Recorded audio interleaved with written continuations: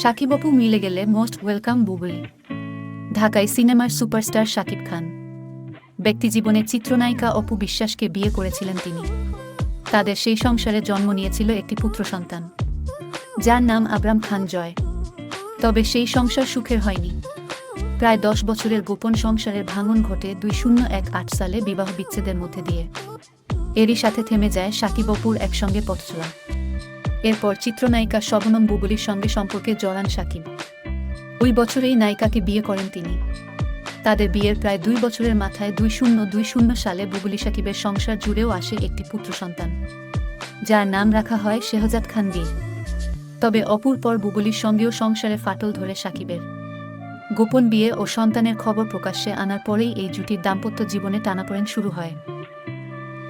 অনেকেই মনে করছেন তারা হয়তো আবারও একসঙ্গে থাকা শুরু করবেন। শাকিব অপু যদি ফের একসঙ্গে মিলে যান তাহলে তাদেরকে মোস্ট ওয়েলকাম জানিয়েছেন বুবলি। একটি সংবাদ মাধ্যমকে দেয়া সাক্ষাৎকারে শাকিব অপুর এক হওয়া প্রসঙ্গে এই কথা জানান তিনি। বুবলি বলেন, যদি তারা আবারও একসঙ্গে হন তাহলে মোস্ট ওয়েলকাম। সেটা নিয়ে কেন কোনো গোপনীয়তা? তারা সম্মানের সঙ্গেই বলতে পারেন যে তারা একটি সিদ্ধান্তে যাচ্ছেন। তার মানে এই না আমাকে অপদস্থ করে তারপর কোনো সিদ্ধান্তে যেতে হবে।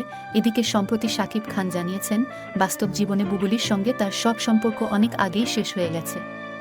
তবে সন্তানের কারণে যা করণীয় শুধুমাত্র ততটুকুই হবে, এর বাইরে আর কিছু নয়।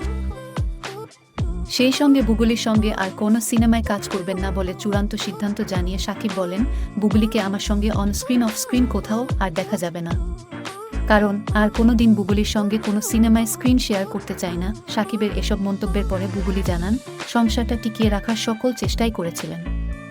শাকিব যেই মন্তব্যই করুক না কেন তার প্রতি সম্মানের জায়গাটা টিকিয়ে রাখতে চান তিনি।